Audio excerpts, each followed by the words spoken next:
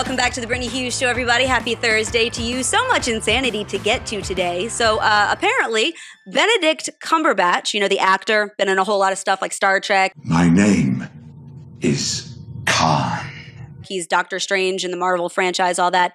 If you don't know his name, you would definitely know his face. The name is Dr. Stephen Strange. So Benedict Cumberbatch, on top of everything else that he's accomplished in his life and all of the stuff that goes on his resume that you pull up when you see IMDb, he can add this one to it now. Apparently, he's likely to get a bill from the government of Barbados for slave reparations.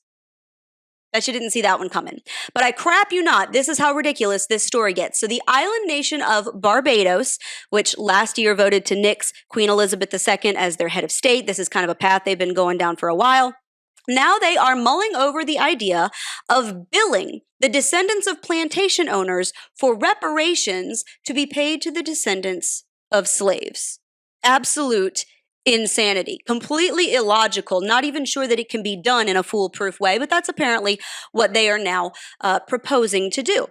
And by plantation owners, what we mean are people who died some 200 or 300 years ago, haven't walked the Earth planet in a hot minute, but their descendants are somehow culpable for their actions, even though they've had nothing at all to do with it.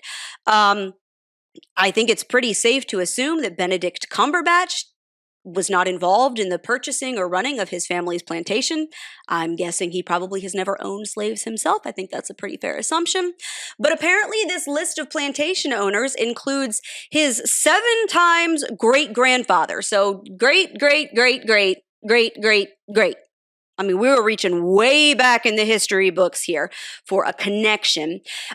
He apparently purchased a plantation back in 1728.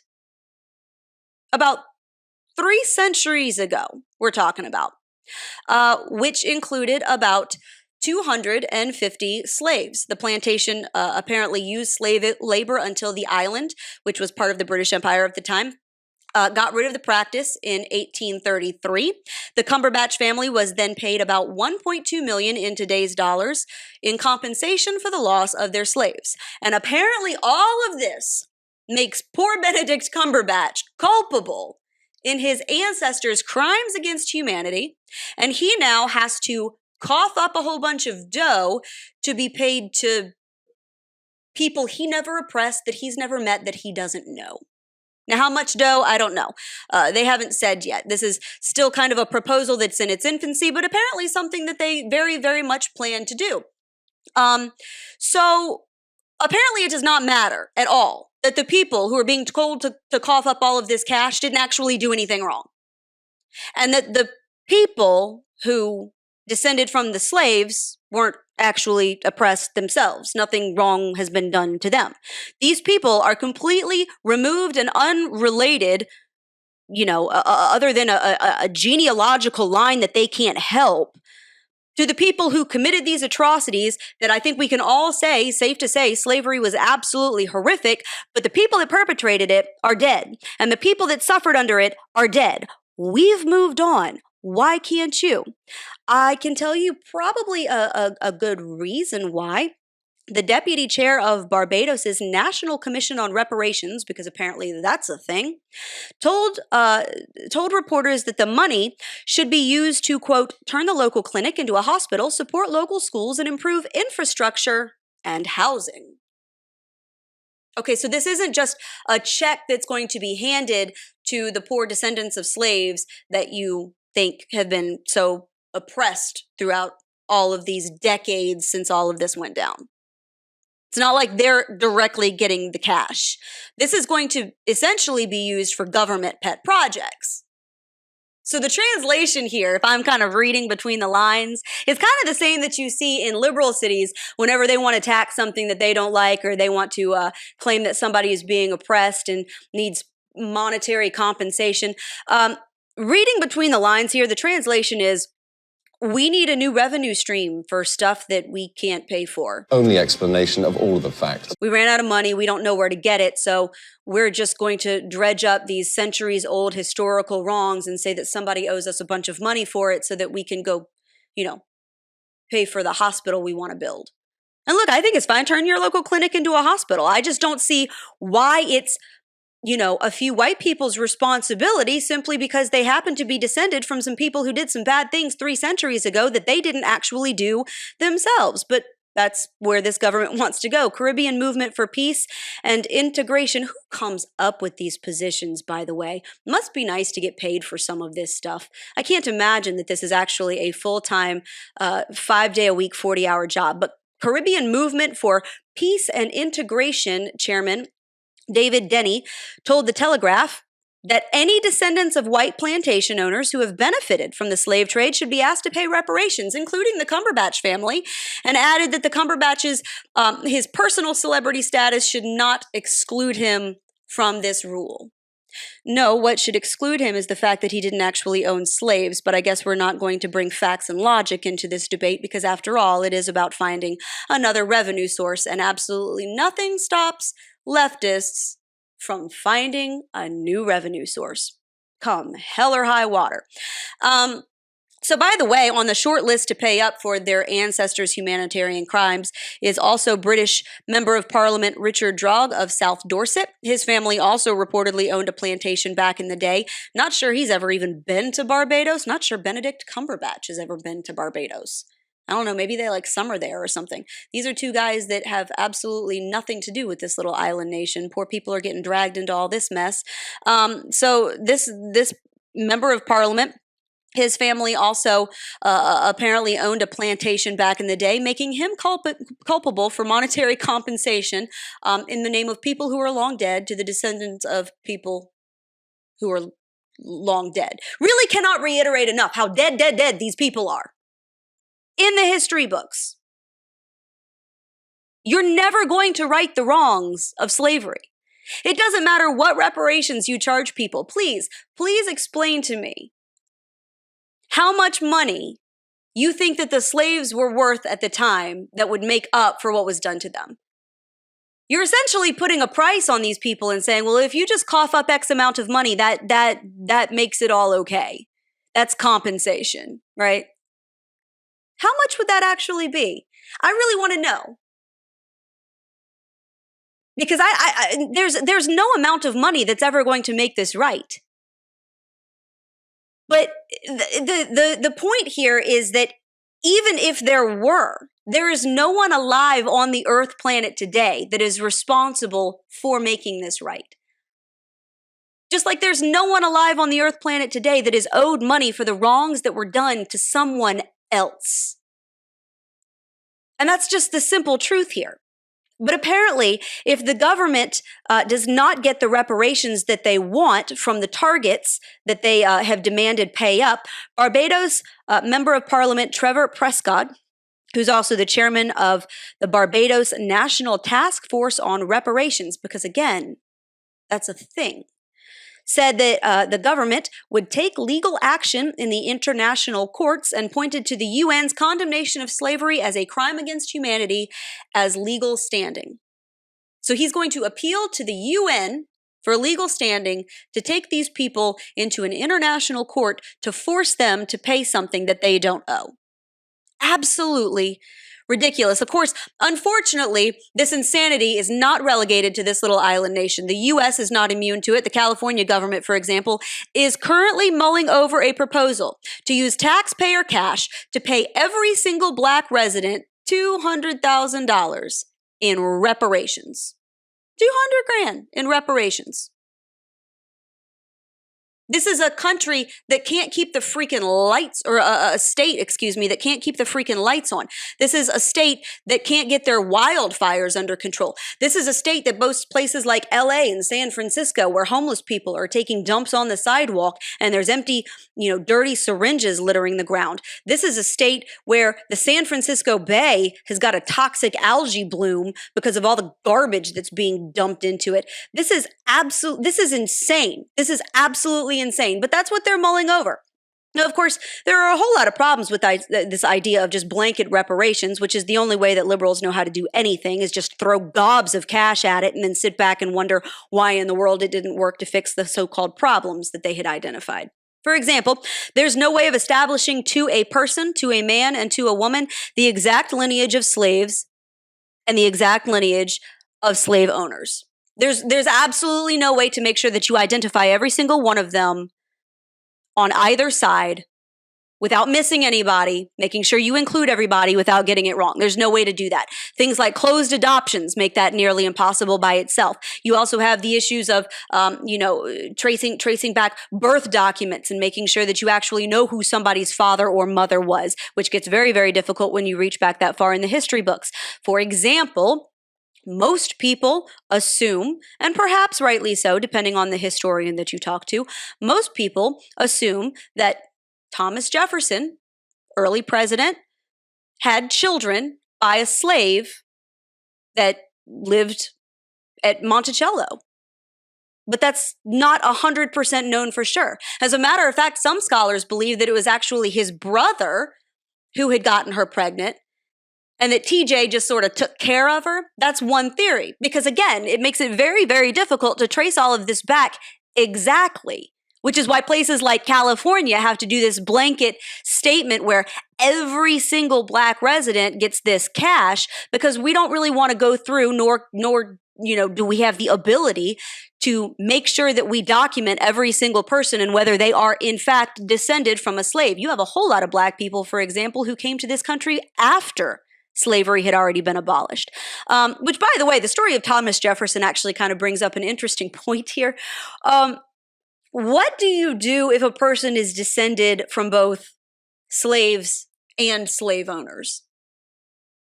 I mean, do they effectively, pay themselves? Is that a thing? We just, write yourself a check? I don't know. It's things like that there's no way that you can untangle that giant ball of yarn, not after this many years, and not to make sure that it's being done fairly. Not to mention the fact that the enslavement of Blacks, as horrific as it was, as a poignant era in history as it was, is hardly the only humanitarian crime that was committed against a particular people group in the United States. For example, and I know nobody wants to talk about it because it's not politically convenient and it gets smacked down as inconsequential, and we're just going to kind of gloss over it like it didn't happen because, again, it does not fit the narrative. But the indentured servitude of people like the Irish was an absolutely horrific crime against humanity. And what a lot of people don't realize about indentured servitude back in that time was that those people were effectively slaves.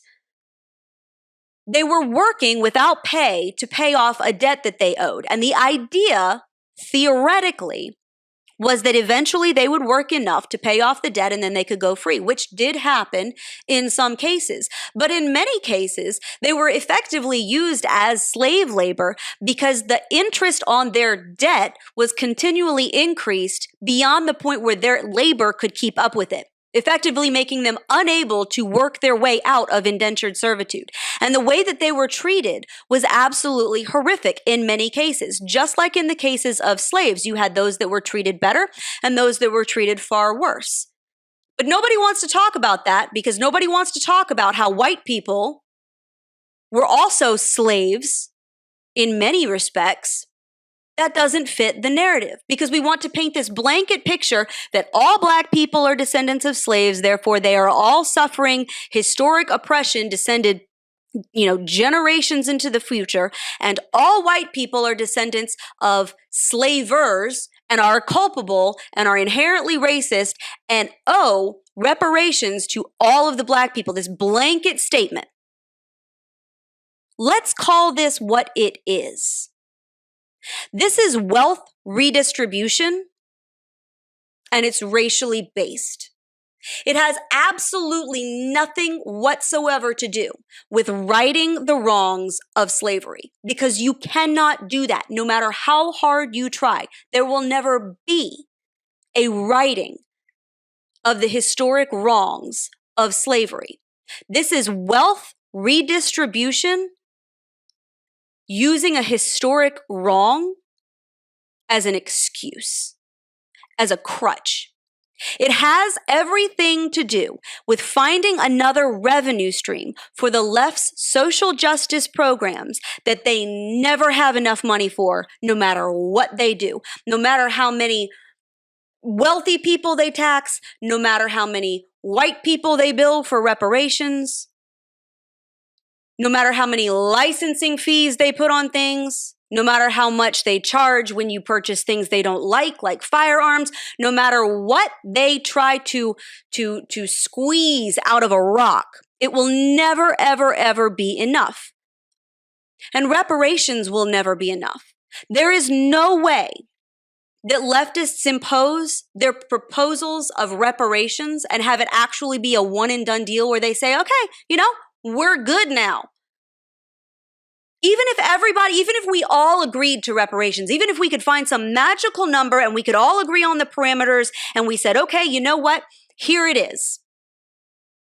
It will never be enough. Because reparations isn't the point. The point is making sure that there is another channel of money, because that is all the left ever wants. It will never run out of the ability to spend other people's money. This is just one of the ways they're trying to get their hands on it. So, if we want to talk about reparations in the United States, if we want to actually have that discussion, if you want to argue in good faith that reparations is a topic that we actually need to address, I have a question here. Who actually owes reparations in the United States? Let Barbados figure out Barbados. They can go to war with Benedict Cumberbatch. Best of luck to you. But in the United States, who actually owes reparations? Because again, we've established that there's no way to make sure which people are actually descendants of slaves, which people are actually descendants of slave owners. There's no way to make sure that all of this is done exactly, right? So if we're just sort of going to make a blanket rule about who actually owes reparations, it absolutely can't be all white people to all black people, because again, you have a whole lot of white people and a whole lot of black people that came to this country well after slavery was a done deal. So there's really no way to lump people into that category and make that work. Not to mention even the people whose ancestors dated back to that time period, not every white family owned slaves. So there's no way that you can make those categories based on race. But you know what you can look at? Political party. I think that's an interesting question. I'm willing to have that debate. Let's talk about reparations. If the left actually wants to talk about reparations, I have an idea. The Democrat Party and their members are the ones who defended slavery and opposed the 13th Amendment freeing the slaves. They're the ones who started the Civil War. They opposed Reconstruction. They supported laws that effectively forced freed slaves back into slavery by leveling fake debt against them and then forcing them to work to pay it off. They opposed the 14th Amendment, which gave blacks citizenship, and the 15th Amendment, which gave blacks the right to vote. They are the ones who founded the Ku Klux Klan. They imposed segregation. They encouraged lynchings. They fought against the civil rights movements in both the 50s and the 60s. In fact, the first ever movie that was ever played at the White House was the racist film The Birth of a Nation, and it was screened by President Woodrow Wilson, a Democrat. And of course, to this day, leftist politicians who descended from this political genealogy are responsible for the policies that currently keep Black Americans trapped in urban prisons that are filled with poverty, crime, homelessness, a lack of education, and social ills. If anyone owes reparations to the descendants of slaves, it's the Democrat Party. After all, if you're going to put people in categories, if you're going to try to find some subset of humanity that is responsible for the majority of this mess, if you're going to try to whittle it down to, okay, who was actually culpable here? Who actually perpetrated this stuff? Who actually owes reparations? You need look no farther than the Democrat Party, and that's just based on historical facts. I don't believe in the idea of reparations at all. Like I said before, you will never right the wrongs of slavery. You will never make it better. But if we're going to have this discussion, I put forward that suggestion. Because logically speaking, if you're looking for someone to take responsibility, that makes a lot more sense, don't you think? But see, I bet if we brought that up for discussion, I bet if we actually, if we actually used logic and said, okay, that's fine. The Democrat Party is the ones that supported all of this, so you guys pay up. I mean, quite frankly, if you look historically speaking, it's just a fact that it was your political party that did all of this, pretty sure that would go over like a lead balloon. But unfortunately, when it comes to being forced to pay off stuff that you don't like, millions of Americans are in the same boat when it comes to their healthcare coverage. If you are a person of faith and you're enrolled in a traditional healthcare plan, chances are that your monthly payments are going to subsidize things you don't agree with. Things like abortion or bodily mutilation in the name of the left's war on gender and families. And that's where Share Healthcare is different. Share Healthcare is not insurance. It is an ACA-exempt cost-sharing program between Christian people who want the affordable coverage that they need without funding things they don't believe in. So if you are sick of paying exorbitant premiums for coverage that you don't use and subsidizing medical procedures that violate your beliefs, check out sharehealthcare.com. Enter the referral code MRCTV23. That's sharehealthcare.com. The referral code is MRCTV23. And see if a medical cost-sharing plan is right for you and your family. Now, thankfully, not everyone has bought into this insane and racist notion of forced equality. The Office of Virginia Attorney General Jason Miyares, for example, has launched an official investigation into the equity policies of a very prestigious public school in Virginia after a bombshell allegation surfaced claiming that the school had intentionally been withholding coveted National Merit Awards from students who'd earned them.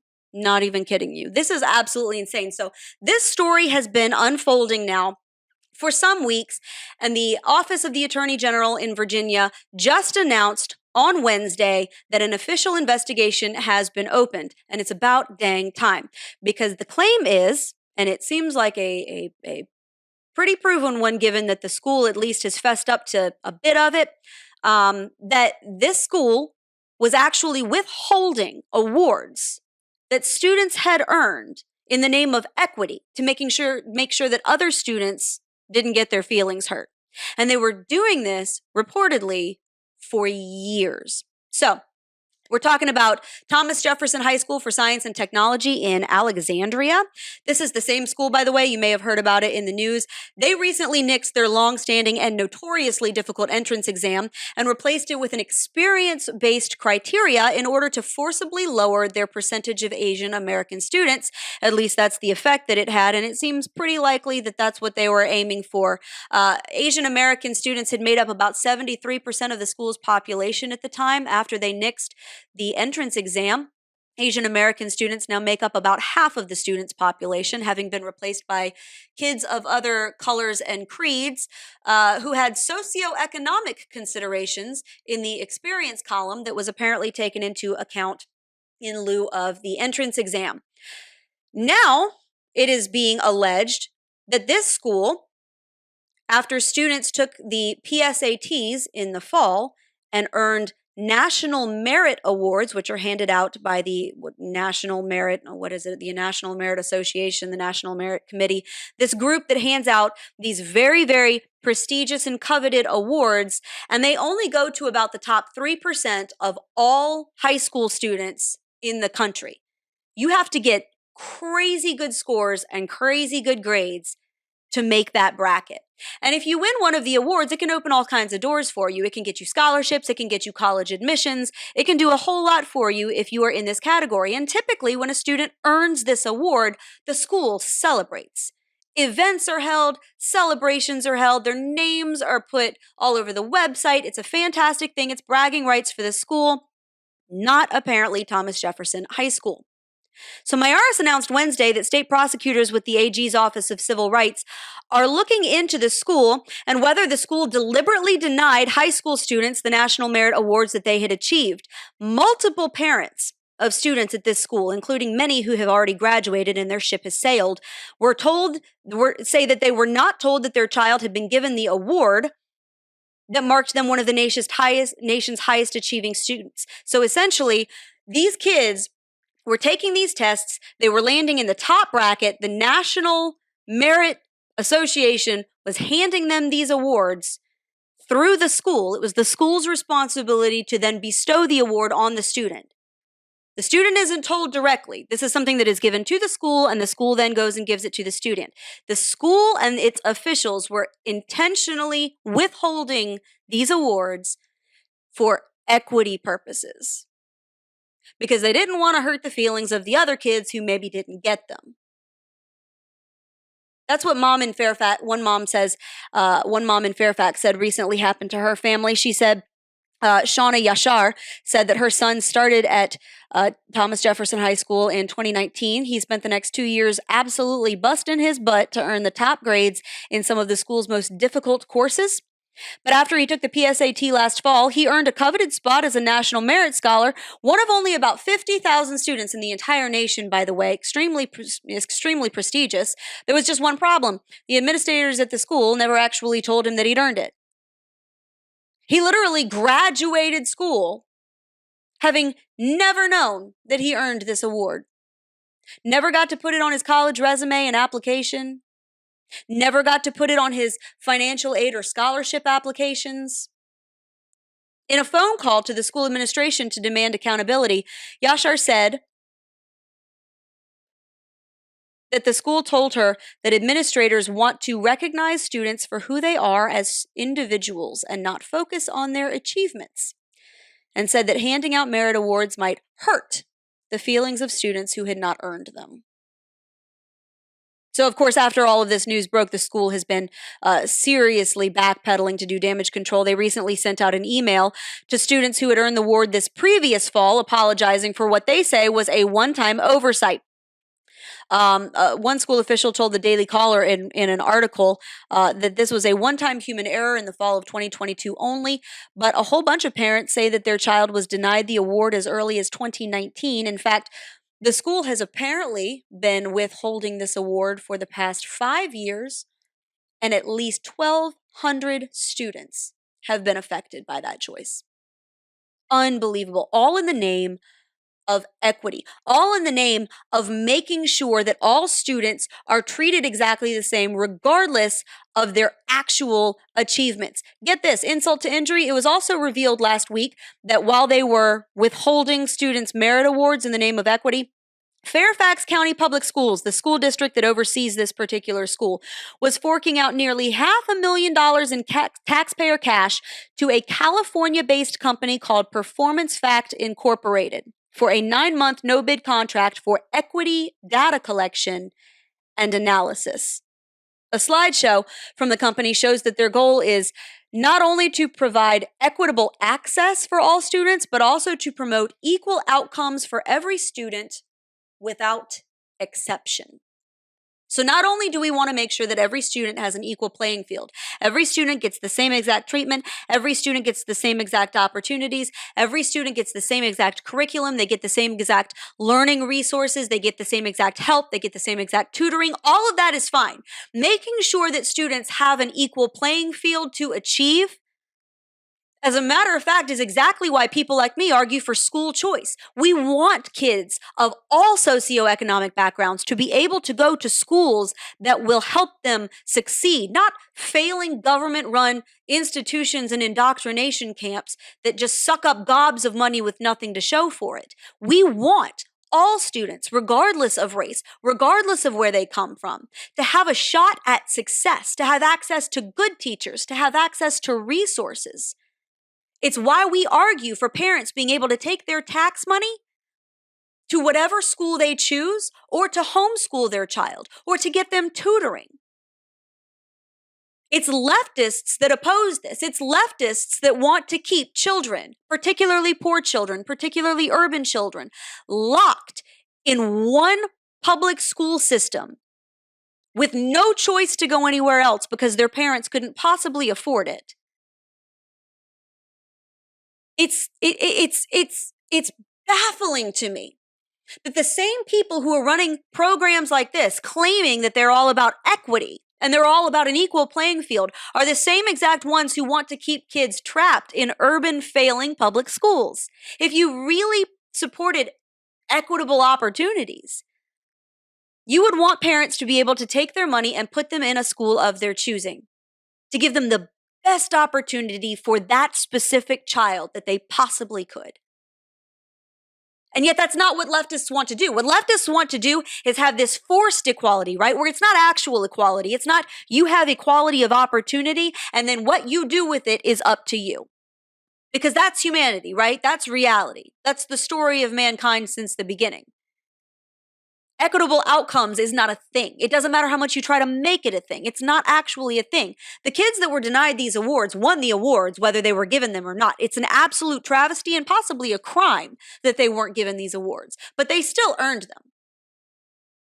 You can't take away the fact that they did, in fact, earn the award because, again, equitable outcomes is not a thing. The only way to have equitable outcomes is to force it and to fake it. Because the simple fact is people do achieve at different levels, whether it's because of their natural ability or their work ethic, usually a combination of the two. There's no such thing as an equitable outcome unless you lie about it and fake it, which it seems is exactly what this school did. And while they were doing it, they were employing the assistance of a company whose mantra, whose mission was to promote equal outcomes for every student without exception. That's horrific. To make sure that every single child is treated and awarded the exact same, regardless of what they have actually achieved. You're stealing. You're stealing from these kids. I mean, these are kids that there is a good possibility that actual opportunities were denied, that their futures could have been different if this school had simply placed academic achievement and hard work and basic decency and common sense ahead of this irrational need to make sure that everybody's equal no matter what. Nobody's feelings get hurt. A society cannot exist by that standard. That's not a thing. That's not reality. It certainly won't be reality once these kids get out in the real world. Might be a little bit depending on what college or university they go to, considering that those are all left-leaning institutions of idiocy. But that's not the real world. And it is absolutely horrific that this school stole this from these kids. I cannot imagine. Can you imagine being one of those parents? Can you imagine being one of those kids? I'd be so stinking mad. Y'all don't even know. It's a good thing that my kids are really, really little right now because I tell you, whatever school system they go into, I mean, I would just be the absolute bane of their existence. So best of luck to you if you get my kids. That's going to be fun for somebody. While you are at it, make sure that you head on over to Apple Podcasts, hit the subscribe button on The Brittany Hughes Show. That way you'll never miss an episode. Make sure you subscribe to the Newsbusters podcast while you're over there too with Tim Graham. That one's on Mondays, Wednesdays, and Fridays. And make sure you check out sharehealthcare.com. They have a phone number on there, an email address that you can ask more questions and see if a cost-sharing program is right for you and your family in lieu of traditional health insurance. Might be, might not, but it's worth definitely looking into, especially if you're not too keen on subsidizing things that may not align with your faith. It's definitely something to look into. Sharehealthcare.com. Make sure you use the referral code MRCTV23. That's The Brittany Hughes Show for today. I will see you guys back here next week. God bless.